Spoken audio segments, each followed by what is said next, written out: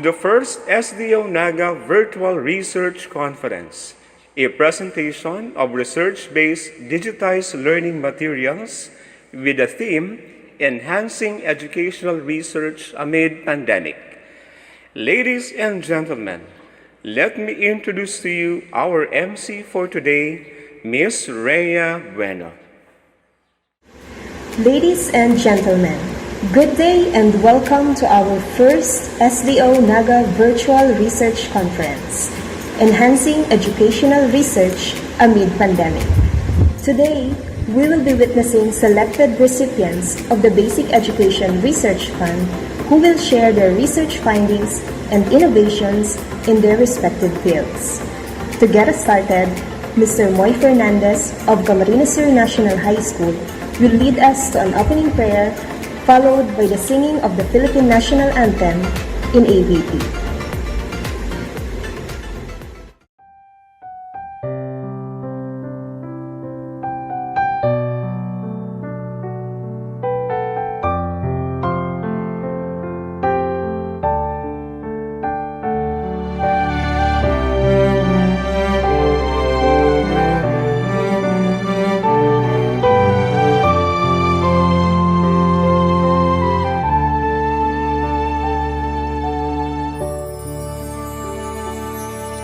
Diyos ko, tabangan mo kami, mga aking mong nagsasakit. Pare kami pagpabayaan, kaheraki kami.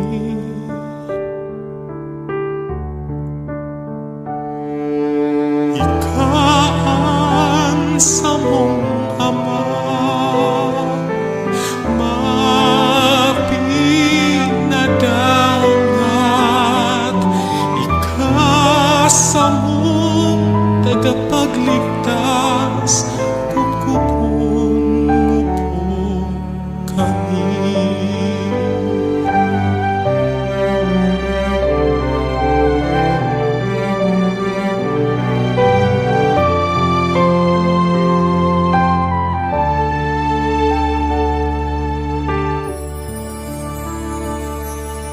Diyos ko, irayo kami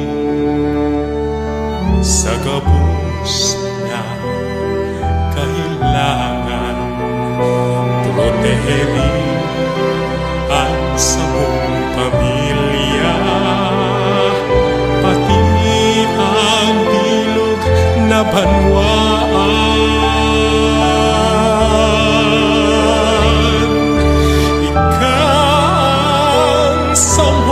Ama, mapinadangat, ikasa mo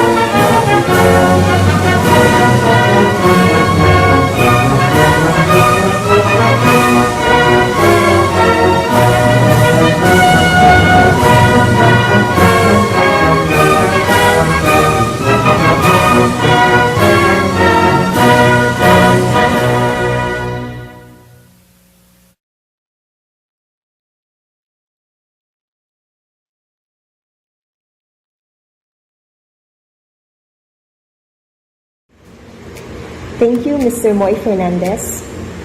The pandemic we face today has brought us unexpected challenges in the education sector. Now, more than ever, we need research-driven resources and practices that would help us in our current education initiatives.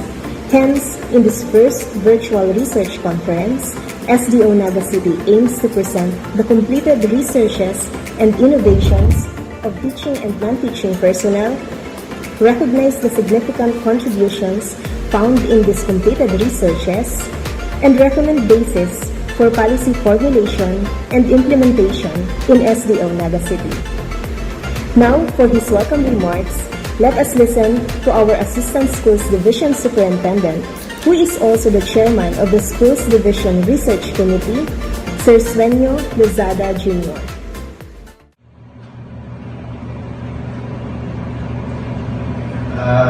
Good morning to all the participants of the first SDO virtual conference on the digitized presentation of research output. First, I'd like to, of course, appreciate the effort of the Office of the Planning and Research under the leadership of Dr. Monica Gabino. Of course, with the supervision of our SDO Chief, Dr. Renato L. Gabino.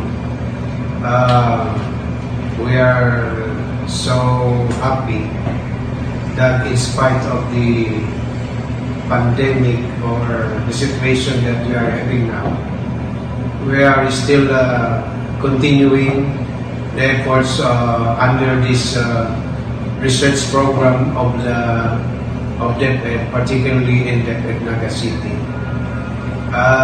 Of course, with the recent situation, we are encountered with so many challenges, so many problems, and that need to be addressed. And of course, these problems can be solved systematically and orderly through research. It's only through research where we are guaranteed that the solution is effective, because in here we are devising solutions through experimentation, through the data that we gathered, and of course trying it out so that it will arrive to a systematic solution of the problems. Now, under this pandemic, you are given so many problems that can be used, particularly if you are problematic with problems. Sabi niyan, of course, we can assure, or we can be assured that the problem is novel, because this does not happen yet in the past. But with the recent development, not particularly problems not only on the curriculum, but as well as problems related to health safety or health protocols, and all others are problems that can be used for research. So we are happy that with the leadership of the School Governance and Operations Division, particularly Dr. Gabino, her office continue to encourage and enhance the ability or the knowledge, the skills of our teachers, particularly who are in the forefront, who are the recipient of challenges and problems in their midst. Of course, at the end of the day, our learners are the one benefiting from it, because if we solve one problem at a time, so that in 1 year we solve so many problems using research, we'll be able to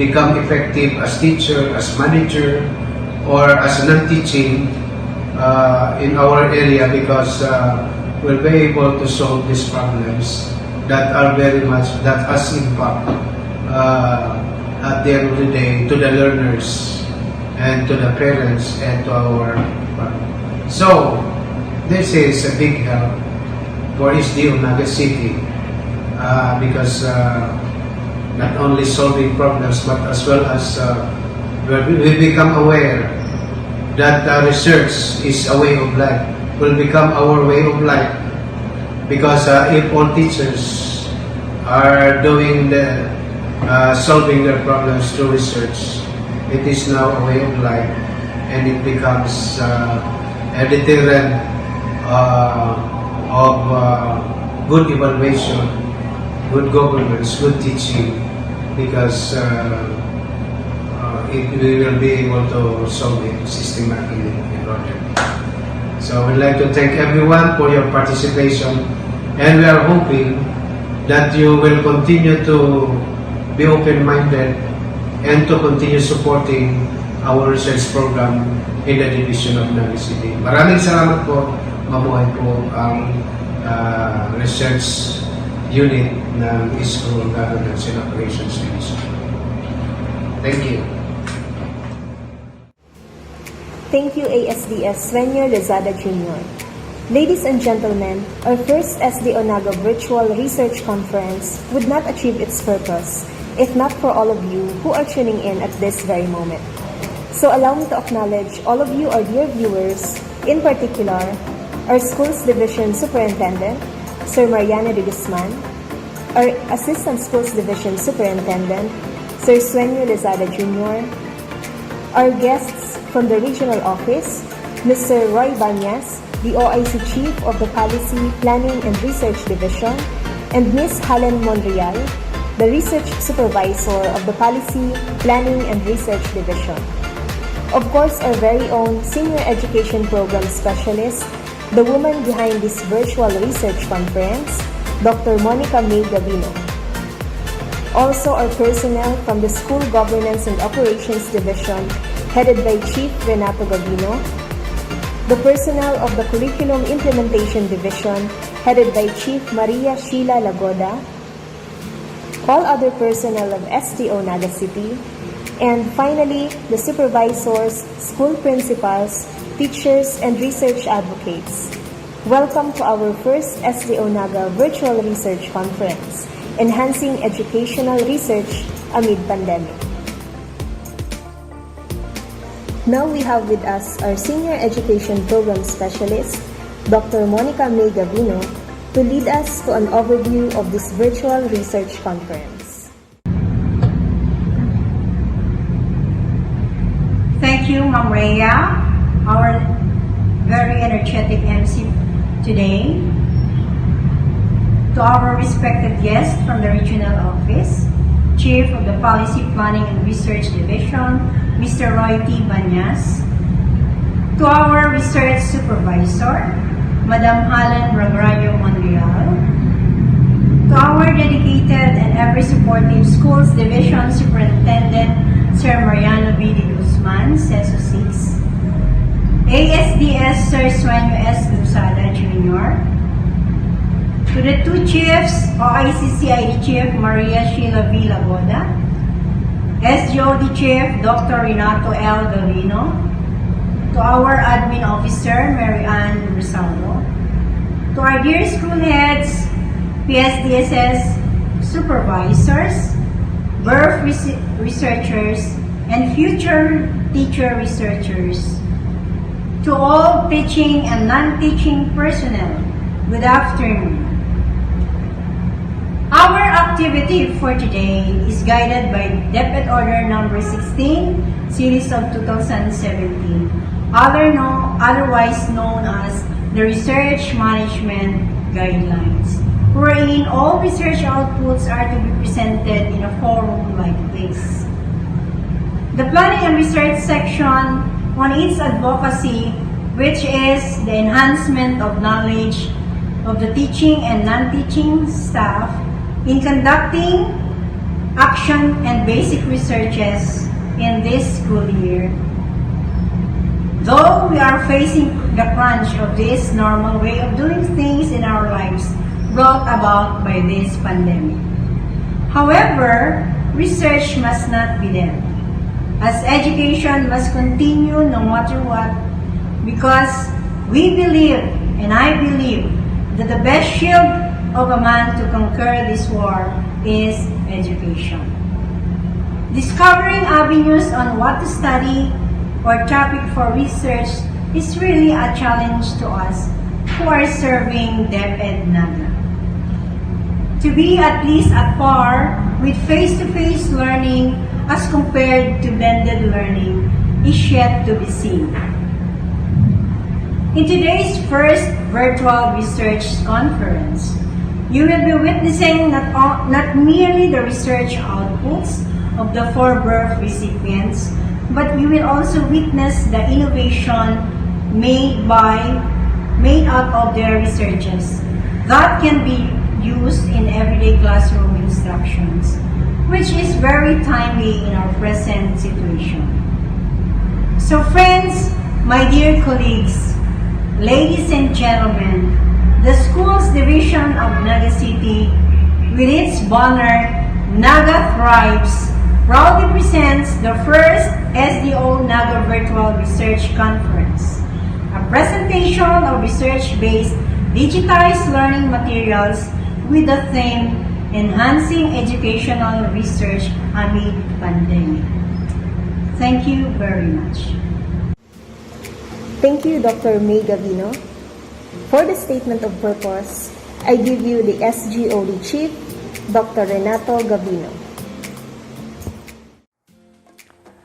My highest respect and warm greetings to our school's division superintendent, Sir Manny De Guzman, Assistant Schools Division Superintendent, Sir Sueño Losada Jr., the Chief of Planning and Research Section of DepEd RO5, Sir Roy T. Banyas, Research Supervisor of PPRD of the Regional Office, Ma'am Helen Monreal, the CID Chief, Ma'am Sheila Laguda, Administrative Officer, Ma'am Mary Ann Rosauro, Education Program Specialist and Focal Person for Research, Dr. May Gavino, Education Program Supervisors, Public Schools District Supervisors,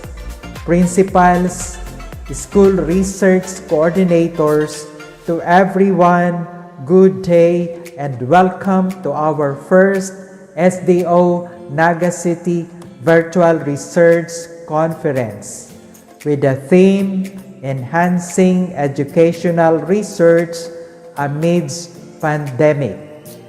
The specific objectives of this online conference, first, is to present the completed researches of teaching and non-teaching personnel. Second, to recognize the significant contributions as found in the finished researches. And third, recommend bases for policy formulation and decision making. It is expected that the results of our researches will not only be kept inside the cabinets. The completed researches will not just be used for research conference like this or for promotion purposes, but the results, as I have mentioned, will serve as the basis for policy formulation and decision making. Consequently, there should be an impact for the improvement of academic performance, office procedure or system, introduce administrative and supervisory schemes appropriate during this time of pandemic for the benefit of the teaching and non-teaching personnel to contribute for the total development of the children. So good luck to all of us. Again, welcome and good day to everyone. Thank you. Friends, let us listen to a message from the OIC Chief of Curriculum Implementation Division, Ma'am Maria Sheila V. Lagoda. My greetings to the Schools Division Superintendent, Mariano B. D. Guzman, CESO 6, Assistant Schools Division Superintendent, Sueño Losada Jr., SGOD Chief, Dr. Renato Gavino, Public Schools District Supervisors, Education Program Supervisors, School Heads, our Senior Education Program Supervisor, Dr. Monica Gavino, our dear teachers, a pleasant morning to all of you. Today is a very important day for all researchers of DepEd Naga City. I am very much elated to be with you. Let me inform you that our Schools Division Office truly lives to its mandate, Naga Thrives Learning Continuity Plan. All of you, dear teachers, had already taken the 12-day training that has started in July and finished last August of 2020. But despite the 12-day training, we still believe that there are various minute details that you need to know, especially in the area of research. The reason for the conduct of the virtual research conference with the theme Enhancing Educational Research Amidst Pandemic. My dear teachers, my dear colleagues, as we heal as one, we also think as one. We journey as one in different engaging activities, just like research, just like what you will embark today. Amidst the health emergency, more than ever, let us have the power of hope in our hearts.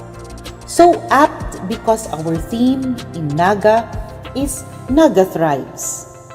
Let us continue the dream we started when we formulated the Naga Thrives Learning Continuity Plan. This LCP is cognizant to the department's Learning Continuity Plan. All of us are called to take part in achieving our dream of quality education, and we can achieve this through research. This is our aspiration to respond and remain focused and committed to the goal of delivering accessible, relevant, quality, liberating, inclusive, and safe basic education services amidst COVID-19 health emergency.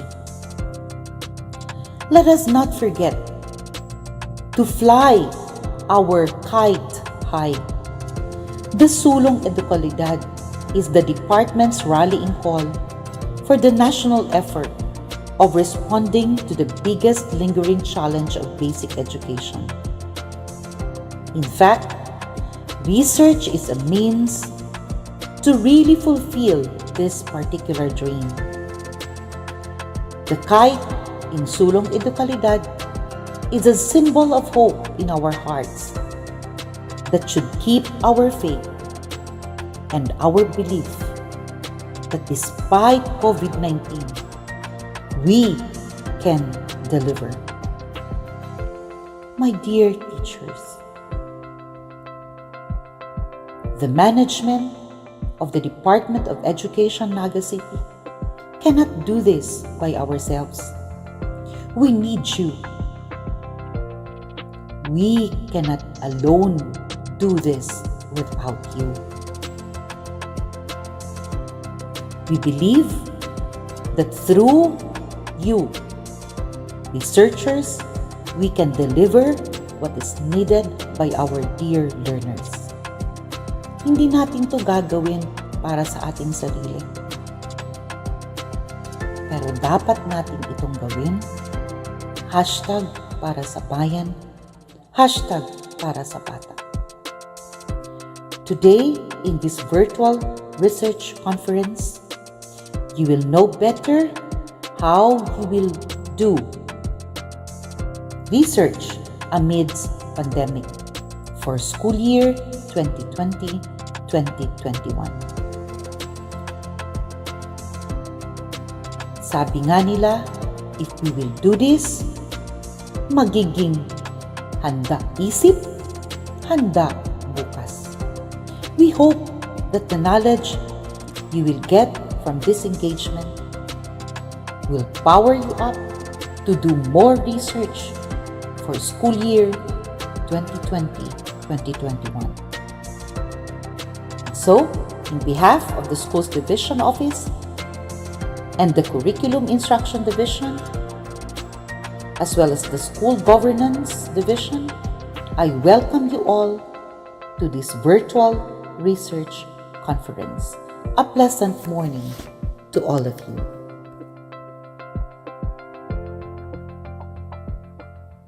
Today, we are fortunate to have with us two leaders in educational research from the DepEd Regional Office. For the first inspirational message, we shall listen to the OIC Chief of Policy, Planning and Research Division, Mr. Roy Banyas.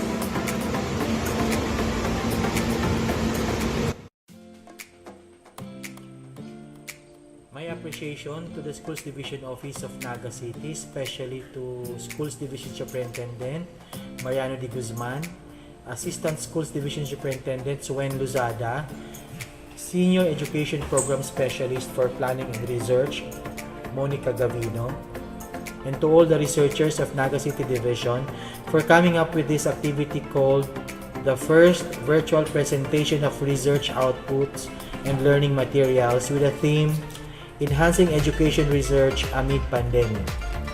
We know how challenging it is to work in the new ways that the COVID-19 pandemic demands, especially for us in the Department of Education. But we always bring the characteristic of resiliency in us in order to deliver the services that we have committed for the benefit of our learners. The activity that you have now in your division is a great opportunity for you as researchers to take part in the achievement of the enhanced learning outcome for our learners and for the teachers as well. Your participation in this activity will also serve as an inspiration to those teachers who feels reluctant in doing research. Doing a research is considerably challenging, especially for teachers. According to Robert Hancock, and I quote, "One of the reasons why class teachers are reluctant to become researchers is because of the demanding nature of teaching, which leaves little time and energy for research." Unquote. We may agree with the statement of Hancock, but despite of the demanding nature and the work of our teachers, many are still encouraged to do their research, especially in Naga City Division, because you value much the importance of research. We at the regional office with our regional director Gilbert Lisadsad are very much appreciative of your effort for conducting researches that can be used for the learning advancement of our colleagues in the department. Your contribution in the field is a great support to the needs of our Bicolano learners in achieving better education that they need. When faced with challenges like this pandemic, researchers like you have always stepped forward to meet the needs of our learners. Pause a moment and realize that what you are doing really matters. It matters not just for the learners you have, but also for the teachers and to other persons around you. Remember that you are part of the large-scale systemic change in the field of education and are making history. It feels so proud to be part of this first Schools Division Office virtual presentation of research outputs and learning materials. Although we are required to be physically separated right now, we want you to know that we from the PPRD are cheering for you. For the teacher researchers, may I tell you this. You are the first teachers to tackle a challenge like the one we are facing now. Years from now, 2020 will be remembered as the year we all learned how to live life with a pandemic and continue to function as a good public servant of the Department of Education for the good of our learners. We wish you good health. Your work is very much appreciated. Thank you and stay well.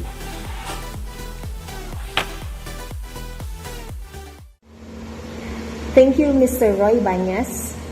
Another inspirational message is now coming from the Research Supervisor of the Policy, Planning and Research Division, Ms. Helen Monreal. My warmest greetings in the Schools Division of Naga City, spearheaded by Schools Division Superintendent Mariano B. de Guzman, with the support system of Assistant Schools Division Superintendent Suene Luzada, CID Chief Maria Sheila Laguda, and SGOD Chief Renato L. Davino, and the strong teaching and non-teaching personnel of Schools Divisions of Naga City. Amidst the country's significant goal in this period of revitalization is to empower all levels of governance in the department to be a part of the necessary knowledge, skills, and values to help elevate a more equitable Department of Education in the country. Organization like this Research Forum plays a vital role in this pursuit to reform and transformation to advance more the quality of the teaching and learning process and to provide the appropriate platforms for school administrators, teachers, and our research enthusiasts. My gratitude to the Education Program Specialist for Research and Planning, SEPS Monica P. Gavino, for taking a leap to hold this virtual converge that would create and offer greater opportunities, especially now that we have begun implementing research reforms in the academic sector. Every strategy of success is focused on elimination of risk and search opportunities. This is focused on intellectual efforts to learn and combine measures towards making culture of research effective. Aided with available resources, it will further improve the value, quality of researchers in this region. May your association remain steadfast in leading the culture of research towards excellence and to inspire everyone to harness their potential and take part in the nation building. May you sustain your cooperation with our government's agenda of empowerment as together we march on the stellar future that we all deserve. My congratulations to SDO Naga City for your commitment, active participation, and the love for research. I wish you all success. May you have an engaging and insightful gathering. Thank you, Ms. Helen Monreal. Ladies and gentlemen, for the words of challenge, I give you our Schools Division Superintendent, Sir Mariano de Guzman. My greetings to everyone, to all the participants of this historic event as far as DepEd Naga is concerned, because this is entitled First SDO Naga City Virtual Research Conference. Considering that this is described as first, so this is something that is historical as far as DepEd Naga is concerned.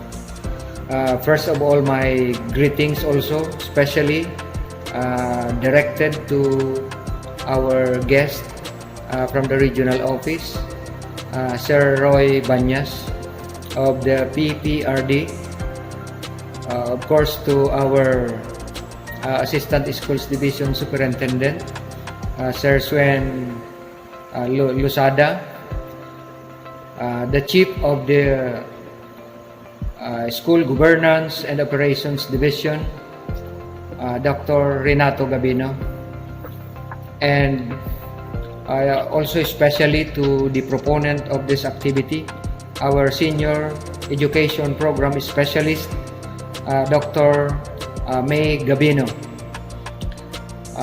To all the researchers who I have learned to be the resource speakers in this activity, to the rest of the participants who also I believe to be research enthusiasts, and to all others who are taking part in this program, my greetings of good day to all of you.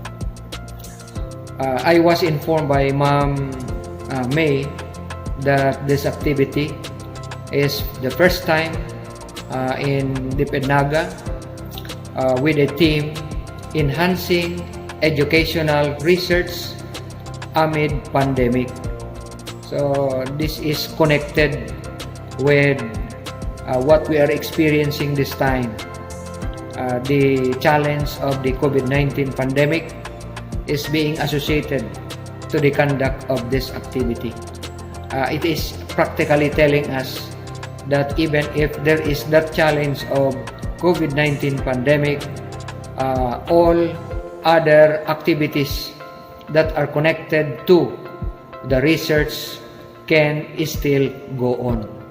So congratulations to the researchers, because this activity can go on even if there are challenges around us, especially this COVID-19 pandemic. I was informed that there are about 100 participants in this activity, and I am happy about this, that many are becoming interested in this special concern of the Department of Education. Research, during the time that most of us were still in college, have been engaged in this special work of conducting research.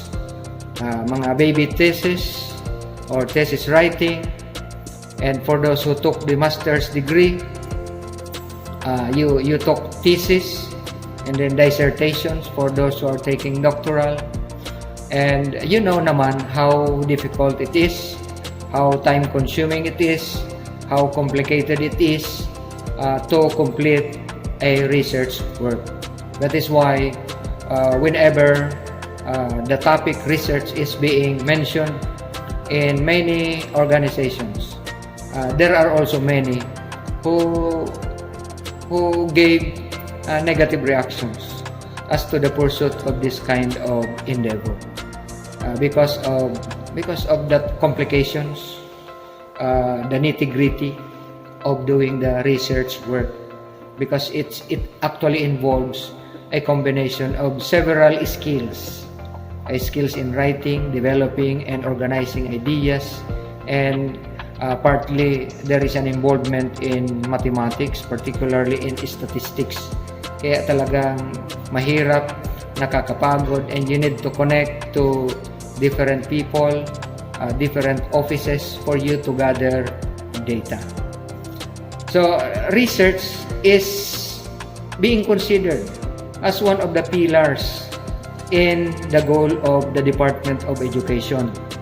Pillars for purposes of attaining and achieving the different targets for DepEd and for the country. And for those who are doing the research, whenever you develop or you start writing or preparing your research, you are usually confronted first with a problem. So it is the problem that is the starting point. What is your problem? You are doing the research because you have this problem. The problem may not necessarily be a problem. It may just be a difficulty or a challenge, because some people do not consider a challenge or a difficulty as exactly a problem. So it could be a challenge, a problem that are around us, and particularly related to our work, whether directly or indirectly. And as we are confronted with these problems, we used to develop our hypotheses, our assumptions that this could probably the truth of the matter, but they are just hypotheses and assumptions. And we want to prove those things. We want to prove those hypotheses and assumptions. That is why we go on with conducting the different activities, the gathering of data, the interview of respondents, and requesting some of the respondents to answer prescribed or designed questionnaires. And the beauty of that is that you will be able to prove and validate your assumptions or hypotheses.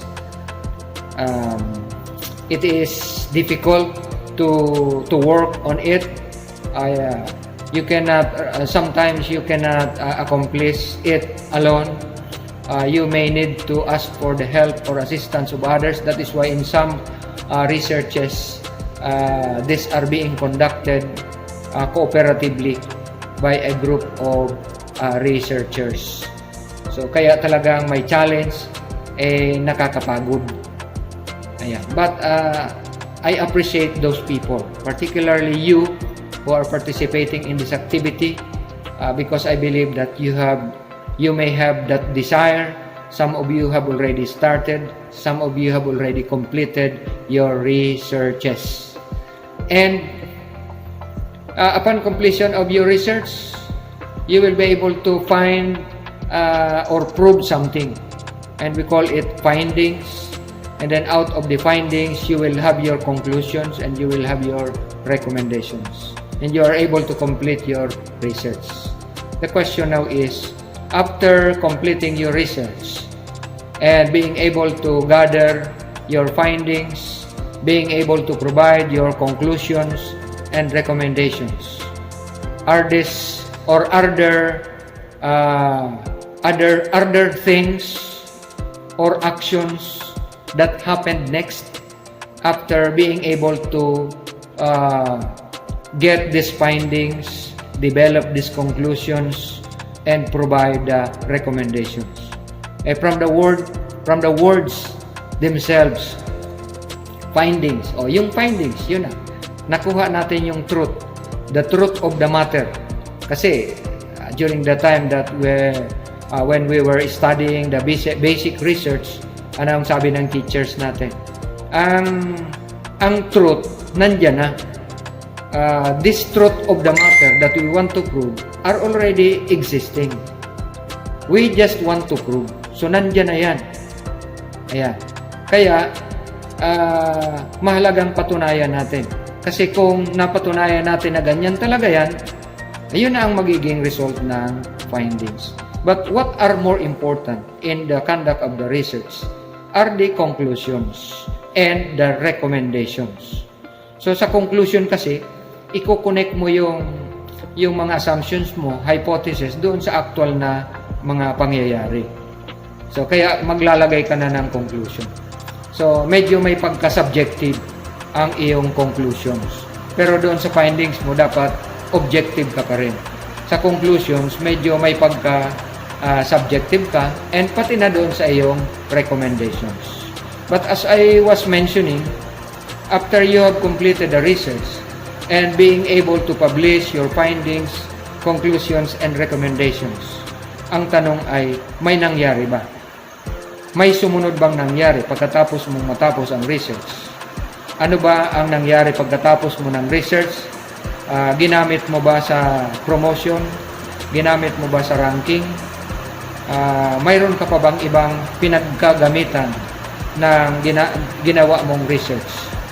So, mayroong mga ganyang tanong. Kasi, you should be doing your research not because you want to be promoted. We are doing our research because we want to find solutions to the prevailing problems in our department. What are the problems? What are the challenges?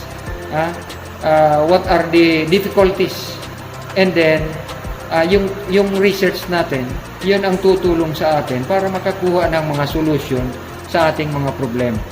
Kaya nga sabi nung isang speaker sa research seminar, kaya nga niya ang nakakapagtapos ng mga paggawa ng research, mga tinatawag na niya silang mga doktor. Kasi ang doktor, baga, nakakagamot ng sakit. Kaya yung mga sakit ng DepEd, yung mga problema ng DepEd, dapat nagagamot ng mga taong nakatapos sa paggawa ng mga researches. Lalo na itong mga tinatawag na natin na mga doctors. So, the conduct of the research should not stop from utilizing your research for promotion purposes. We have to utilize the message, the findings, the conclusions, and particularly the recommendations of our research.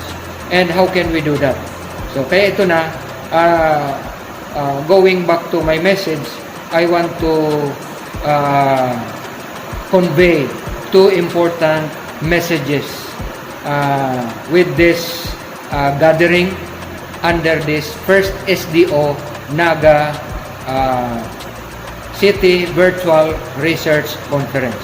First is, we have to find a strategy or a system on how we can regularly disseminate the findings, conclusions, and recommendations of our researches.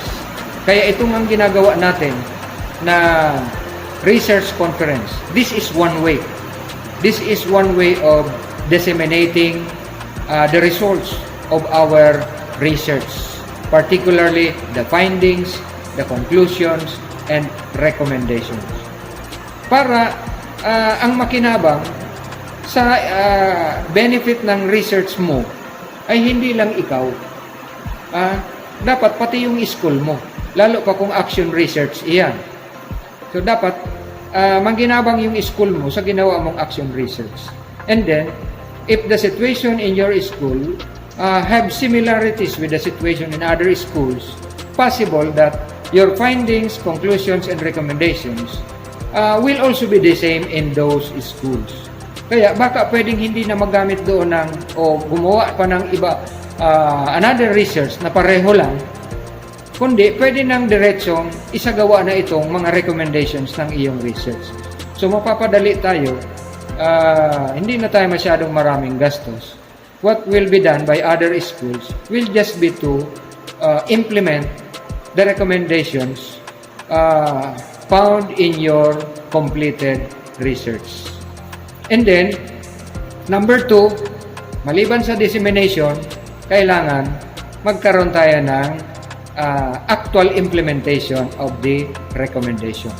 So if you are the owner of that research, if you are the author of that research, then see to it that whatever are your recommendations, these recommendations should become an integral part of the school improvement plan. So, may findings ka, i-share mo sa school mo, then i-share mo rin sa ibang schools, and then bantayan mo kapag ang school mo ay gumagawa na ng school improvement plan, annual implementation plan, see to it that your recommendations will become part of the program of the school. So, kasi maganda yun, magkakaroon ng katuparan, hindi nasayang yung effort mo, hindi lang ikaw ang nakinabang dahil na-promote ka, kundi pati yung buong school community. And in effect, you are helping yourself, you also help the school, and ultimately, you are helping our learners. Because if you are able to solve part of the problems of the school, then the delivery of our services will become more effective, and there will also be more improved performance on the part of our learners. So today and the remaining days will become part of your engagement in this new learning experience for all of us. So let the time given to you today and in the days to come for research purposes become fruitful to you and to all other members of the school community. We believe naman na dapat patuloy tayong natututo kahit teacher na tayo. Kasi yun ang learning experience in the school is good not only for the learners sa mga bata. Learning also continue to take place on the part of the teacher. Mayroon tayong natututunan, hindi dahil tinuro ng bata, kundi natutunan natin base sa experience natin habang kaharap natin ang mga bata and habang kaharap natin ang iba pang mga members ng school community. So the most important message, of course, that we need to always understand as long as we belong to the Department of Education is that each one of us should always take the role of becoming an instrument in the realization of the dream of the Department of Education so that we will be able to produce Filipinos who passionately love their country.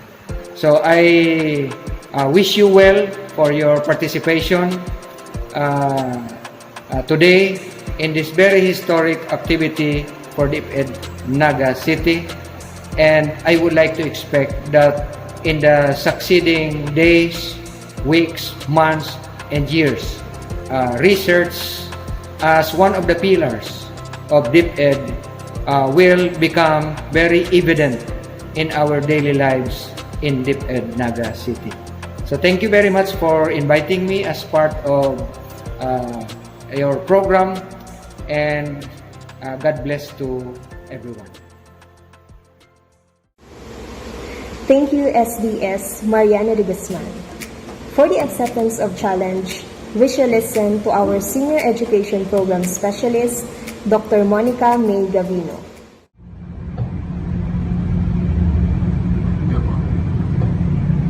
I know in today's situation, it's quite difficult because of the limited mobility in carrying out tasks. However, committed as we are in the service of our clienteles, our teachers and learners, and with the help of our teammates, I know we can make it to the finish line. So, I accept the challenge. More activities like this will be conducted in order to enhance research undertakings and other research outputs that can be of help in teaching and learning process. Before we end, I would like to thank the people behind me in carrying out this very important activity. First and foremost, to the Almighty God that He never fails to protect and help me out to carry this task. To the members of the Schools Division Research Committee, a big thanks, and also to our ever supportive SDS Sir Manny Guzman, ASDS Sir Sueño Lozada Jr., to the officers of the Naga City Division researchers, to all the APSS and PSDSS, teachers and non-teaching personnel, and of course to our dear school heads. Thank you. Also, to our very supportive guests from the regional office, Chief Sir Roy Banyas, our EPS in research, Ma'am Halan Monreal, maraming salamat po sa pagpapaunlak. Of course, to the main cast of this activity, our 4 Eagles, who bravely faced my challenge to them in presenting their research outputs and innovation. Just mabalos sa indong akar. To my SDOD family, Dr. Renato L. Gavino, and to our EPS, Dr. Jobert Narvades, thank you very much. And of course, this virtual conference would not be possible without the help of the technical working group. To our ITO, Mr. Noel Michael Dizon and to Makmak de Guzman, and with special mention to Mr. Jake de Guzman for his expertise in arranging every details of the program and who patiently waited to our videos so that everything will be completed before this actual event. Sir Jake, thank you very much. And of course, to our dear MC for this event, Ma'am Rhea Bueno, who is also a birth recipient. Salamat, Ma'am Rhea. And to Sir Jun Roy Volante. And to all the people who serve as my inspiration on this endeavor. Diyos mabalo sa Indogos. And others who in one way or another helped me to make this activity a success. Thank you very much. God bless us all and stay healthy and safe, everyone. Thank you, Dr. Monica May Gabino. Before we finally get to the highlight of this virtual research conference, let's all pause for a moment and watch an entertainment number from the pride of Camarines Sur National High School, the singing buddies and brothers, Mr. Moy and Jet Fernandez.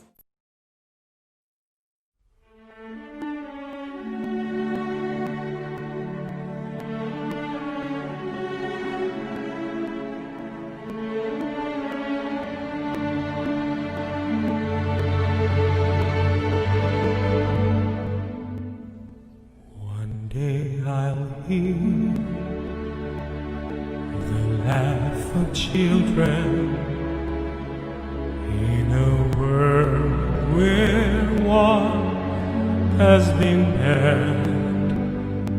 One day I'll see men of all colors sharing words of love and devotion.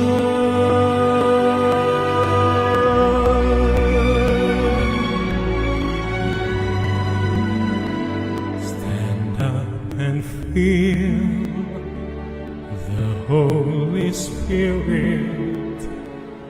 Find the power of your faith.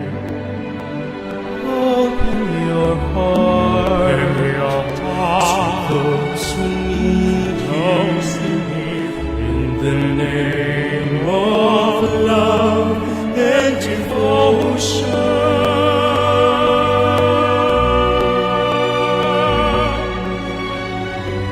Yes,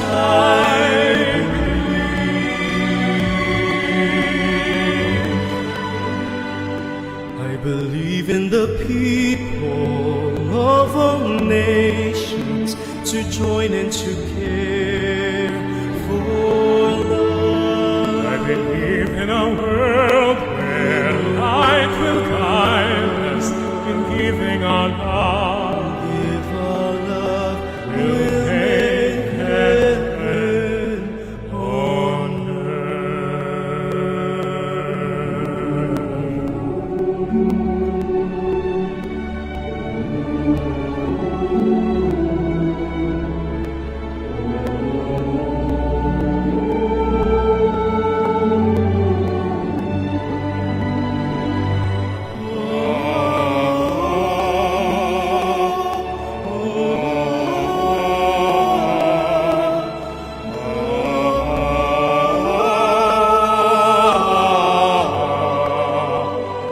I believe in the people of all nations to join and to care for love. I believe in a world where light will guide us in giving our love. Will make heaven on earth. Yes, I believe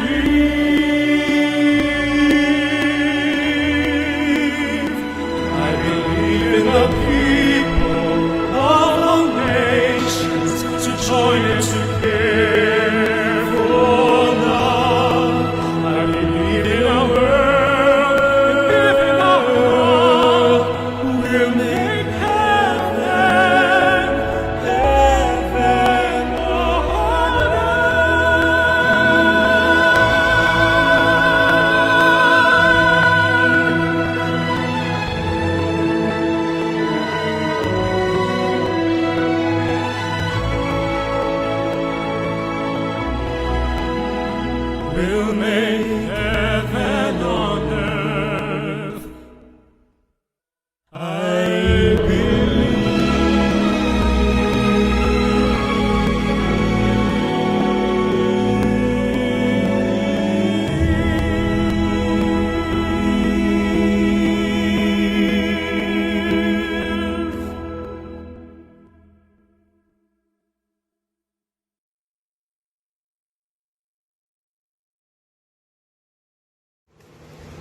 Mr. Moy and Jet Fernandez. At this point, we shall now kick off with a much-awaited research presentation. First in the list is a research entitled Collaborative Blogging in Improving Students' Written Communication Skills. According to its author, in today's technologically sophisticated world, our students also need a technologically sophisticated platform in which they can post their written works, at the same time provide them a venue in developing their written communication skills. That is collaborative blogging.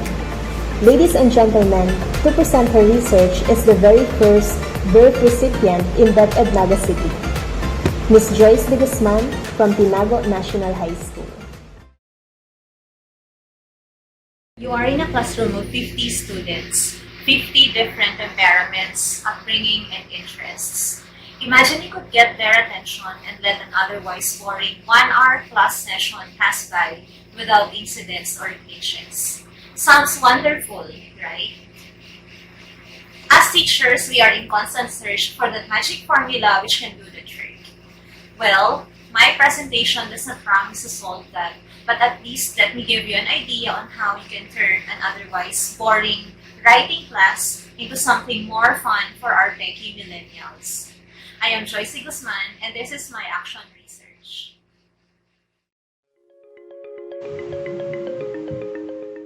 Are you tired checking students' works the usual way? It's time to try something new. Why don't you try blogging?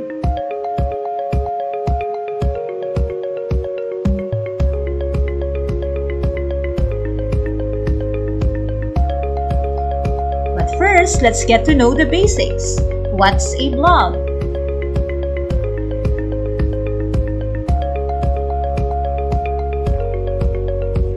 And why should you consider blogging in the classroom?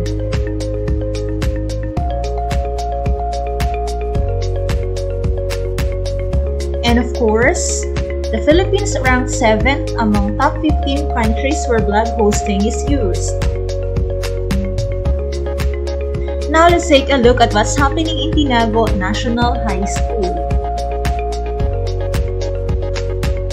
Problems are meant to be solved, so perhaps something can be done about it.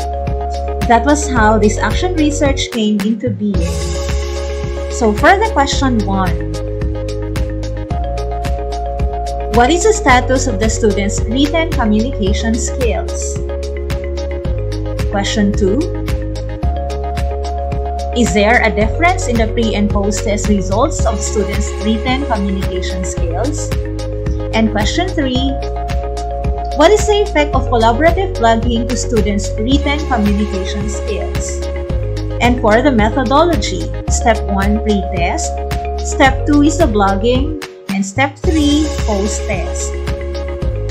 Research instruments: written communication skills test, the writing scale, checklist, and survey questionnaire.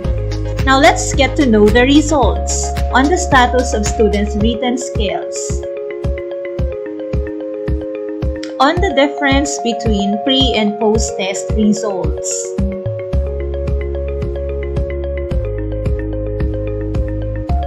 And finally, on the effects of blogging.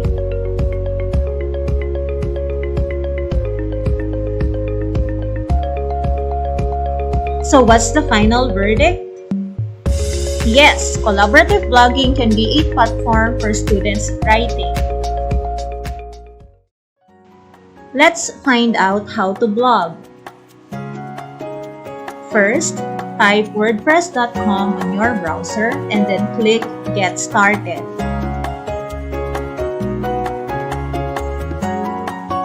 Then click Start with a blog.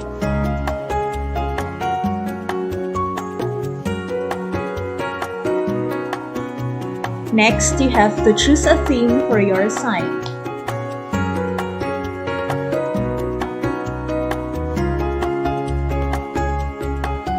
You need to give your site a catchy site address to get your readers' interest.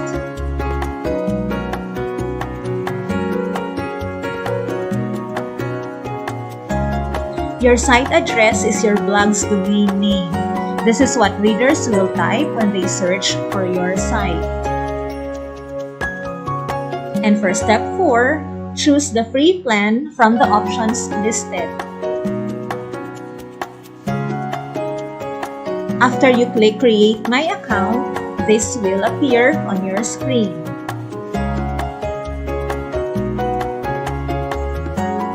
And once you key in your username and password, you can start logging. From that, you will be brought to this page.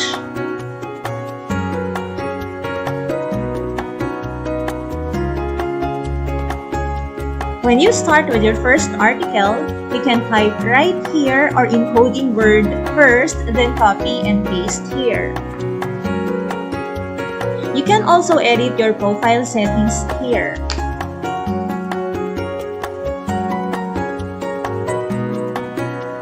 And when you see this, type your username and password and you're all set to blog the next time you open WordPress.com.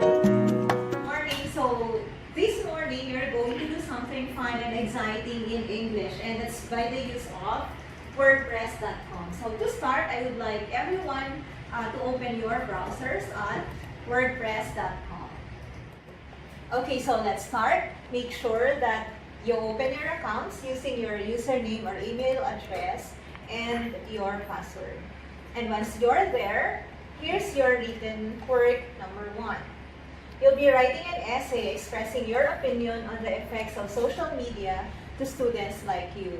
And here are some things that you should also remember. Make sure that your work has a minimum of 300 words and maximum of 500 words. You can now start. Ma'am Joyce? Yes? Ma'am, I'm done. I would like to know how my page would look like to the reader. All you have to do is you click this. Okay, let's see. And you'll be able to see the preview. Wow. Nice.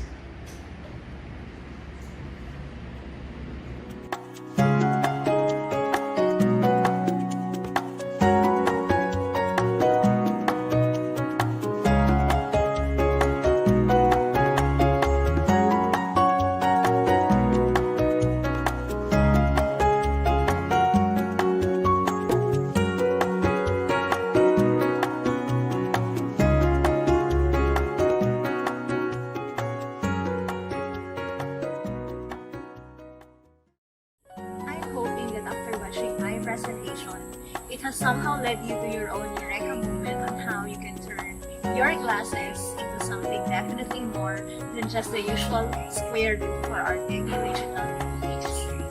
Please feel free to ask questions if you think there is a need for it. Thank you for watching. Thank you, Ms. Joyce de Guzman. The next research is entitled The Relationship of Reading Comprehension and Science Performance of Selected Grade 7 Classes of Tinago National High School for school year 2015 to 2016.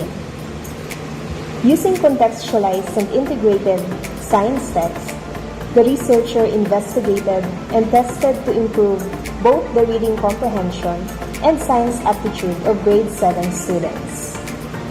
Friends, our second presentation is coming from a teacher of the same school, Tinago National High School, Mr. Ronel Joseph Competente.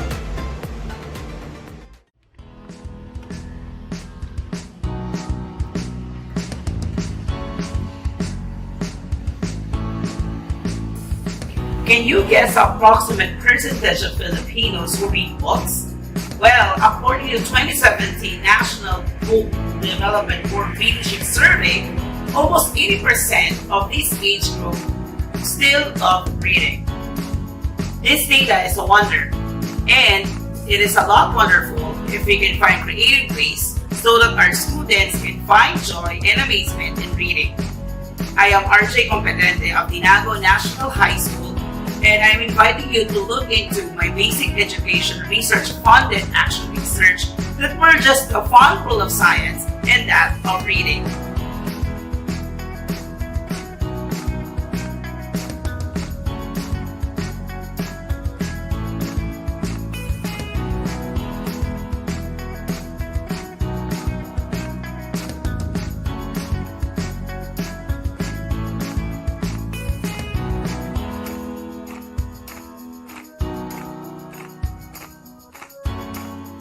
In Tinago National High School, we are experiencing both poor performances in reading comprehension and science aptitude.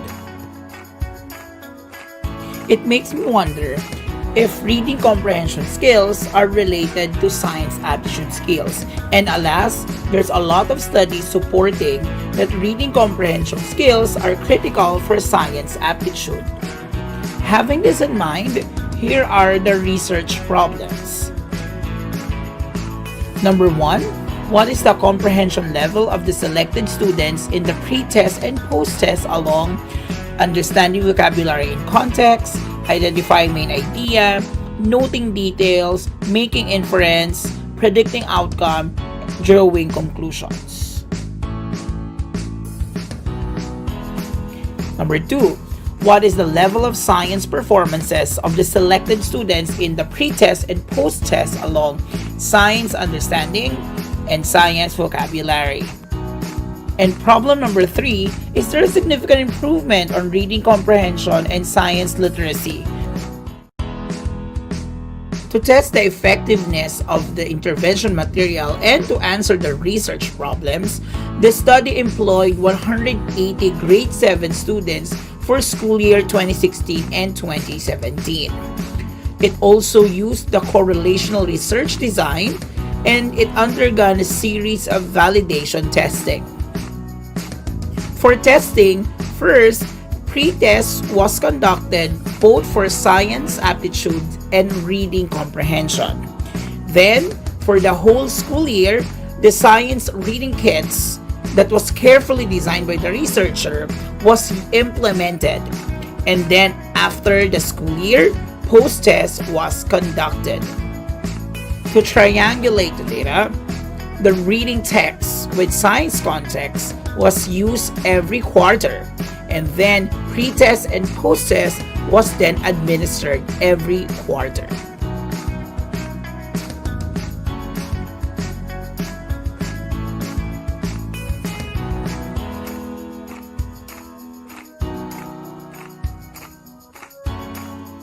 The next sets of video will show you how the researcher implemented the science reading kits in the classroom. The intervention material is aptly called the science reading kit. It has 2 essential materials. First, the 5-minute reading text. It is a read aloud text and it is conducted in everyday lessons for 5 minutes. Our 5-minute reading session. So I will read, for today we have a text about hibernation.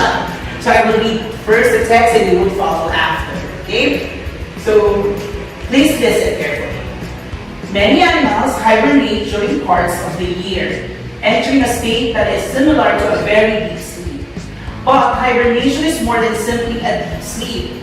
The animal's body temperature drops below its normal range. It does not wake up for a long period of time, and its metabolism slows to the point that the animal does not need to eat or renew itself during that period. So after me, you will read now the text. Please read, go. Many animals hibernate during parts of the year, entering a state that is similar to a very deep sleep. But hibernation is more than simply a deep sleep. The animal's body temperature drops below its normal range. It does not wake up for a long period of time, and its metabolism slows to the point that the animal does not need to eat or relieve itself during that period. Okay, so very good. So now our vocabulary of the day is metabolism. What is the word? Metabolism. Can anyone please use this in a sentence? Any volunteers? Yes, Krisha, can you please use it in a sentence? I have fast metabolism, that's why I am skinny. Wow, very good. Clap your hands for Krisha. Okay, so for the second question, what happens when animals hibernate? According to the text, what does it mean? Yes, Gerald? The animal's body temperature drops below its normal range. Okay, very good. Clap your hands for Gerald.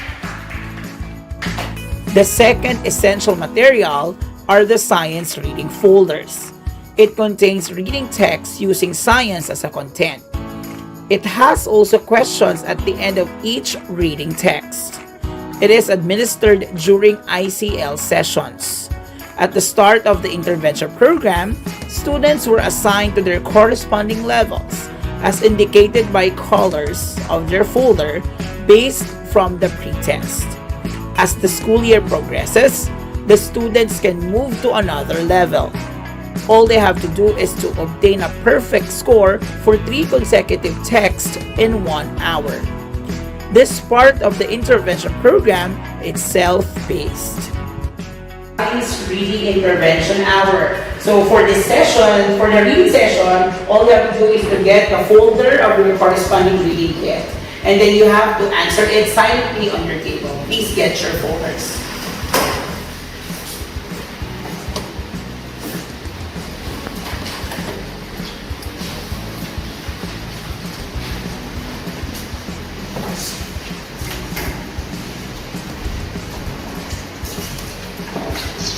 Okay, so before you answer the reading kits, so please be reminded of the following rules. Number 1, please read silently and mind your own work. Number 2, you can get as many reading kits as possible, but make sure you have to only get the same color of the reading kit. Number 3, if you got 3 consecutive perfect scores for the reading kits, please approach me so that you can now proceed to the next color. Happy reading!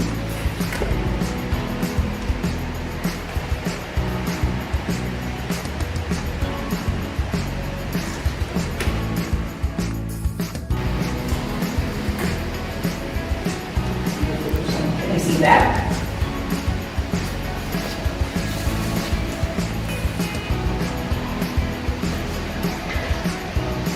Okay, now congratulations. You can now move on to the next color. You are now a color yellow.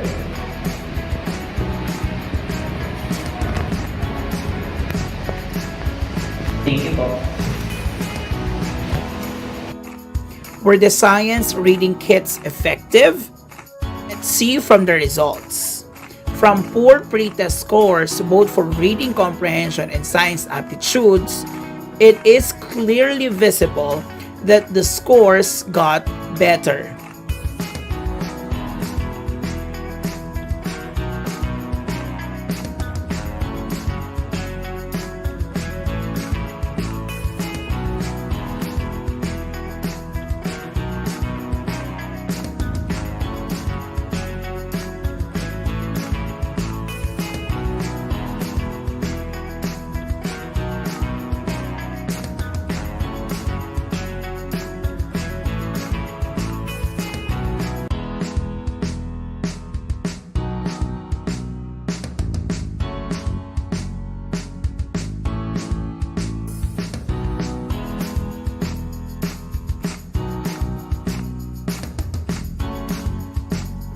Therefore, we can conclude that the science reading kits help to improve both science aptitude skills and reading comprehension. To get to the specifics of the results, number 1, students perform at the level of near mastery in 2 reading skills, getting main idea and making inference. Number 2, students perform at the level of poor in science aptitude skills, but there was an improvement in their post-test. Third, majority of the students improved their mastery level in reading comprehension skills.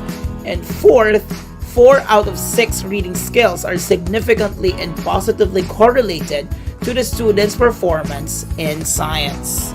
The science reading kit proved that the reading comprehension skills, like understanding vocabulary in context, noting details, making inference, and predicting outcome, are positively correlated with science aptitude. In conclusion, first, all elements of reading skills should be developed. Second, DepEd should continuously examine and apply a dynamic and relevant curriculum, both for science and English. Third, using science content in reading works. Fourth, English and science teachers should strengthen their delivery of instruction. And last, students seem to be struggling with both the content of science as well as the skills needed to be a proficient reader. As a researcher and a science teacher, I highly recommend teachers to integrate science and English in their lessons. If there's one thing that my action research proved, it is the fact that reading and science is definitely a match. Therefore, if we want to build a culture of reading among the young millennials, starting them in the classroom is the right choice. You may now send in your questions in case you have queries in my action research. Thank you for watching.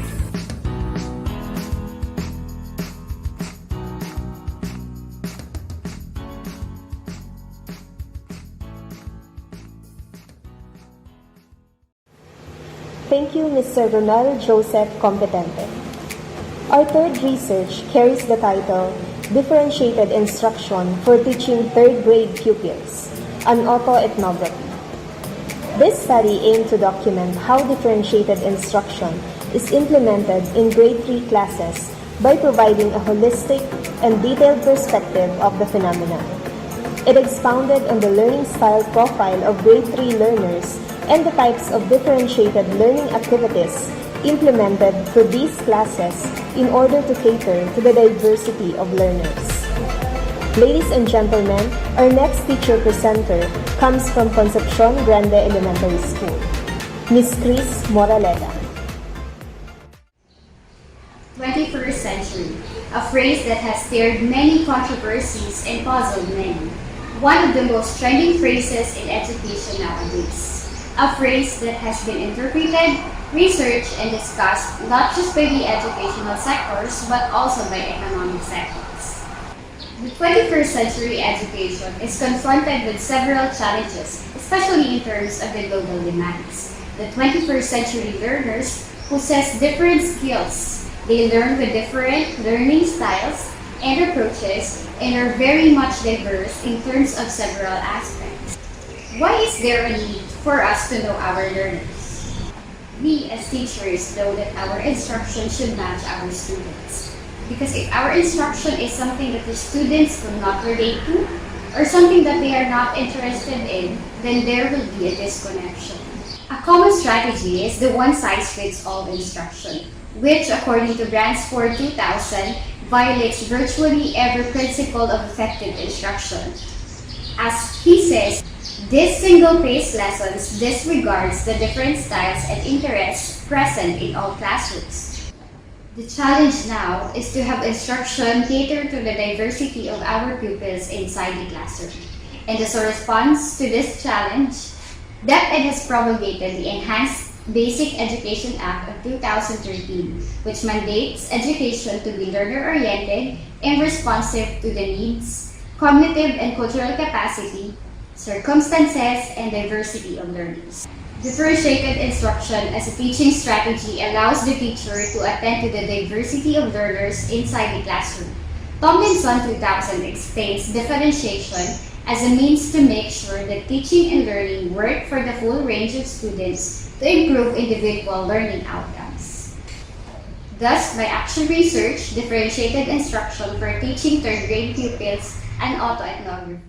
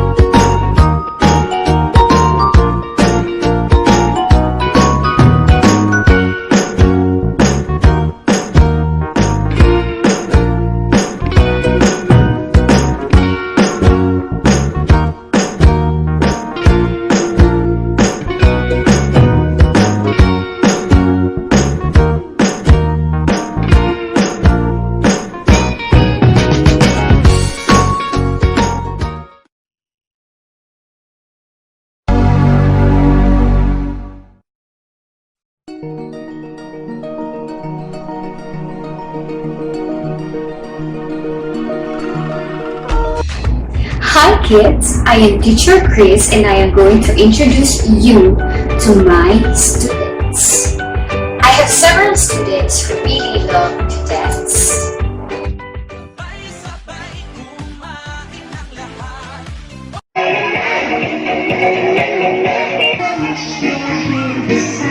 Some wanted to sing. Others like to shine and take over the stage. While there are some who just want to read, write, and count. There are also some who loves running and playing.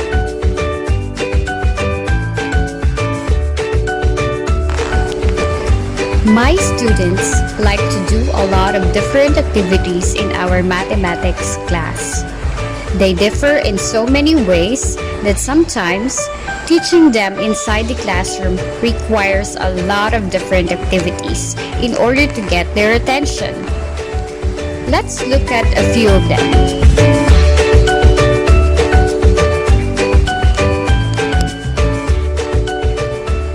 This is Trisha, and this is Nicole. How do you think are they different?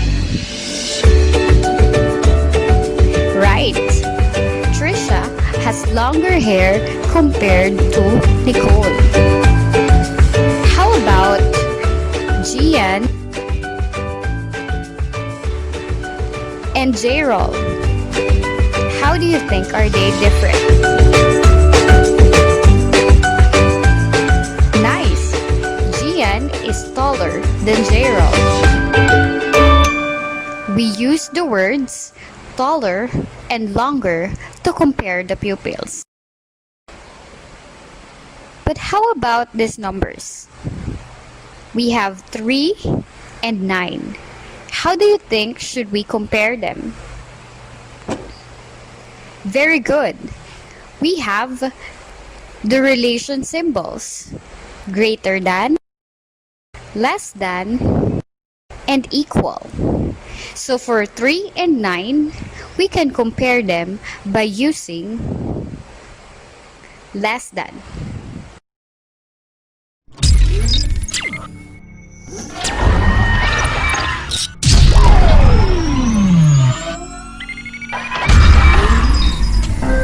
Now we can proceed to our next lesson.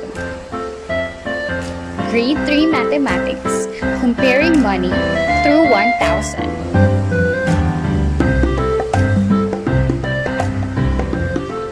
Let us first try to compare these numbers using your body gestures. If you're going to use less than, do it like this. For greater than, do it like this.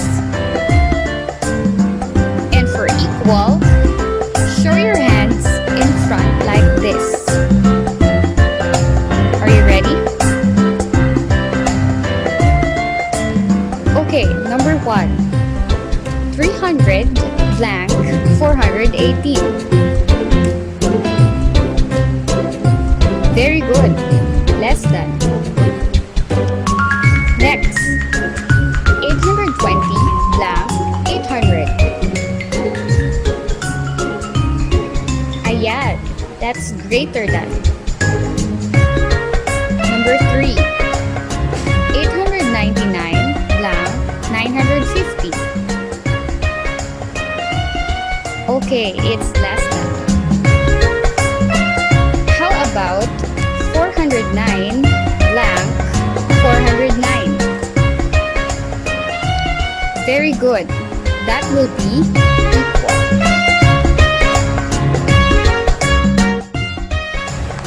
Wow, you have answered all the questions correctly.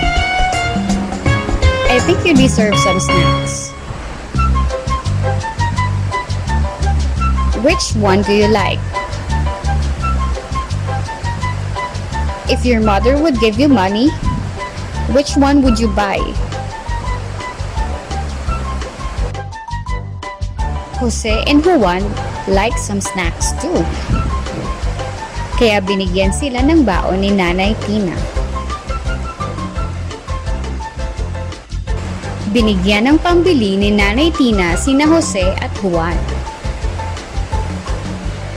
Pero nagreklamo si Jose dahil mas malaki daw ang pambili ni Juan kaysa sa kanya. Tama kaya si Jose? Bakit? Okay, so kailangan sabihan natin si Jose na hindi siya dapat magreklamo. Dahil kapag in-add natin ang baon niya na 50 plus 50, ito ay equal sa 100. At kapag in-add naman natin ang baon ni Juan na 20 plus 20 plus 20 plus 20 plus 10 and plus 10, ito ay equal pa rin sa 100. So, ang kanilang baon ay equal or pareho lamang.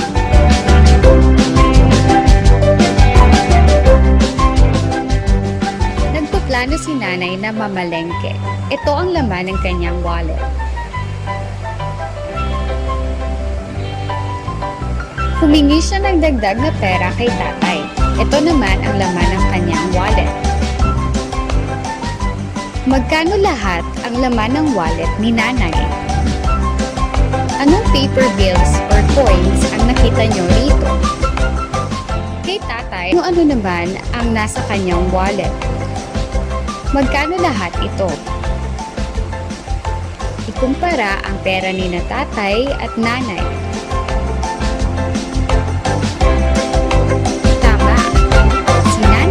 Ay may 336 pesos and 50 centavos. Si tatay naman ay may 453 pesos and 75 centavos. Sino kaya ang may mas maraming pera sa wallet? Si nanay o si tatay? Tama, mas marami ang pera ni tatay. Kaya ang gagamitin natin na simbolo ay less than.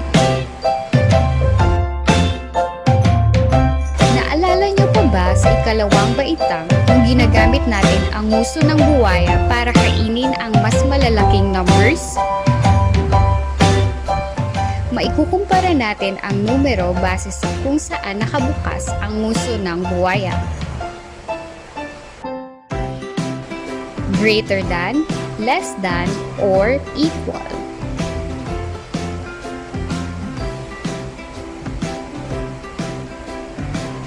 Naalala nyo na? Tara at mag-practice pa tayo. Mayroon akong 3 gawain para sa inyo. Maaari kayong pumili ng gawain na pinakagusto ninyo. Pagkatapos ay i-check natin ang mga ito. Are you ready? Gawain 1. Isulat kung magkano ang nasa box. Ikumpara ito gamit ang cutouts.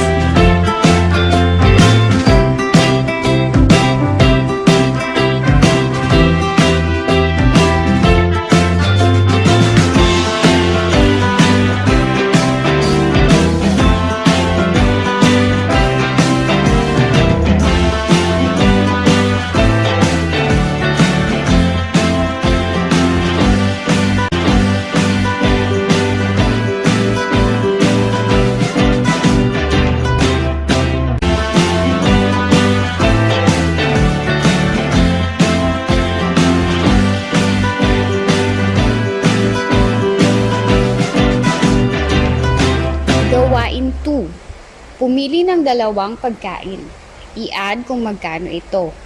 Papiliin din ang inyong kuya or ate.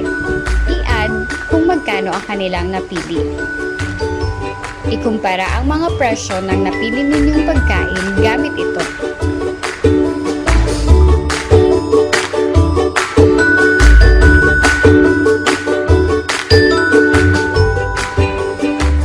Gawain 3.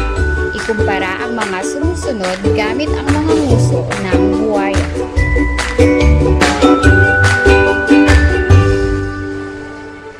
Nakuha niyo ba ang mga sagot ng tama? Tingnan ang inyong modules para sa answer key.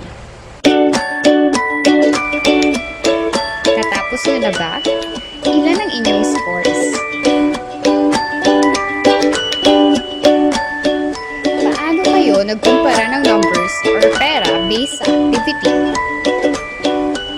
Very good! Kailangan alamin muna kung magkano lahat ang pera.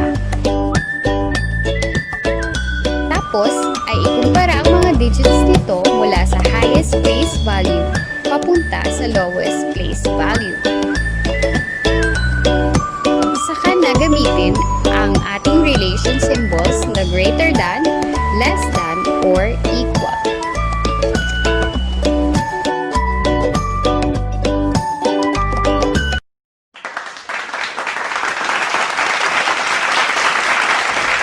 Magaling! Ngayon ay pwede na kayong sumagot sa ating test. Gumamit ng relation symbols na greater than, less than, or equal.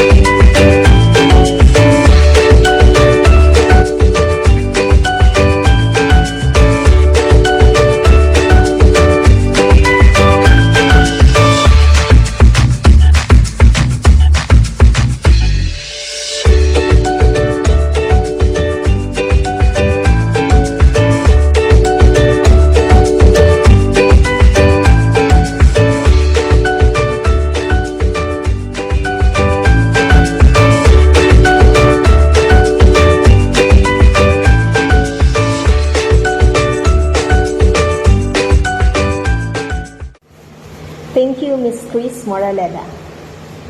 Our final research presentation is entitled Gender-Sensitive Instructional Materials, Basis for Instructional Material Designs for Kindergarten. This study aims to transform the kindergarten teacher's guidelines in developing instructional materials along usability, accuracy, and appropriateness. Friends, this research presentation is from a teacher in Julian B. Militon Elementary School, Mr. Giovanni Tariman.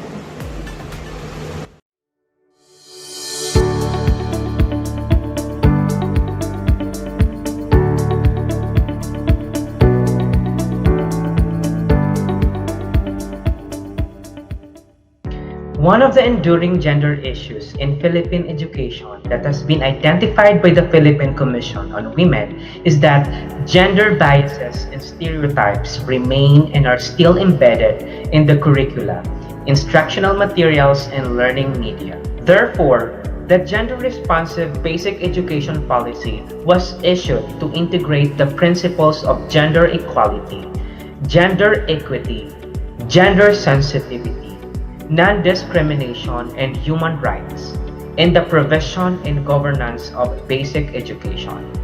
So through this policy, the DepEd commits to gender equality through gender-responsive basic education to holistically develop Filipinos with access to quality, culture-based basic education in a learner-friendly, safe, and nurturing environment with the provision to continuously improve its support systems at all levels of governance. In response to this policy, Division of Naga City launched a project capped in DepEd local brand Naga Thrives, specifically on the innovative instructional materials and pedagogy. Hence, teachers in kindergarten must adopt gender-flexible teaching and be gender-conscious. It is at this point that kindergarten teachers must act in response to this challenge. The researcher, being one of these kindergarten teachers, aims to develop and validate instructional materials that are gender responsive. When kindergarten teachers can effectively and efficiently use these materials, a transformed and gender-fair environment for every kindergarten classroom will be achieved. It is further hoped that through these instructional material designs, gender-responsive awareness will be enhanced not only the kindergarten pupils, but would have a multiplying effect to other pupils, teachers, parents, and also the community. The study generally aimed to evaluate available gender-sensitive instructional materials for kindergarten and develop gender-sensitive instructional materials, or GSIM. Research problem number 1. What are the gender-sensitive instructional materials presently used by kindergarten teachers in Naga City Division? Research problem number 2. What is the extent of gender sensitivity integrated in the instructional materials being used by the kindergarten teachers? And research problem number 3. How does instructional materials be designed to enhance gender-sensitive awareness of kindergarten pupils?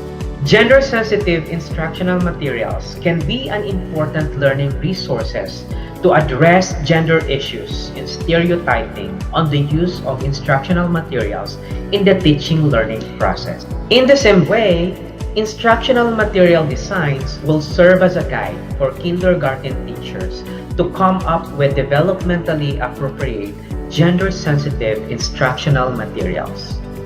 The following were the most essential criteria in creating gender-sensitive instructional materials for kindergarten. First, spoken and written language uses either gender-neutral. Second, the language usage is not demeaning to girls or ignoring girls totally. Third, the themes, subjects, and pictures used in instructional materials connect to the life experiences of both female and male pupils. Fourth, material should be presented in such a way as to eliminate damaging feelings of superiority based on patriarchy in the male person. Fifth, the illustrations used should provide non-stereotypes. Sixth, the authors or editors have developed an understanding and sensitivity to gender. And lastly, male and female appear equally often and with the same importance. Primarily, gender-sensitive instructional material designs will be the main source in developing gender-sensitive instructional materials in kindergarten. Now, let me introduce to you the innovation of this research entitled Gender-Sensitive Instructional Material Designs. The research innovation has 8 parts that you need to actually follow in order to develop a gender-sensitive instructional material for kindergarten. The first part of the instructional material design is the domain. Use the standards and competencies for 5-year-old Filipino children. Also include the subdomain of your chosen learning competencies. The second part is the theme. It talks about how your instructional materials relate to concepts that influence gender awareness in the development of the child. The third part of your instructional material design is the learning competencies. Learning competencies are the main ideas or skills you expect learners to master when you allow them to use your instructional materials. It is expected that the learning competencies must be congruent to the instructional material you have been developed. The fourth part is about instructional material title. Think of a title that is catchy and appropriate to what your instructional material may look like. Your instructional material title may also be mentioned as you describe your instructional material in Part 6. The fifth part of your design is the material. Indicate or mention all the materials you will be using in the development of your instructional material. Be mindful also that all the materials that you will be using have met the essential criteria in creating gender-sensitive instructional materials for kindergarten. It is also important to include the description of your instructional material design that would help the reader to imagine how it looks like even the absence of your actual instructional material. It simply defines and describes your instructional material and must be aligned to the title of your instructional material. The seventh part of your instructional material design is the procedure. Procedure has 2 parts. The first one is on how to make, and the second one is on how to use. The procedure on how to make relies on the teacher or person who will develop the instructional material. However, the procedure on how to use involves both the teacher and the students. It should be introduced or written in such a way that you assume that you now have your instructional material. The last part of your instructional material design is about variation. Variation answers the question, how else can you use the instructional material? How your instructional material can be integrated to other learning competencies aside from the ones you have mentioned, or simply apply across curriculum. Now, let us see some of the outputs of this research.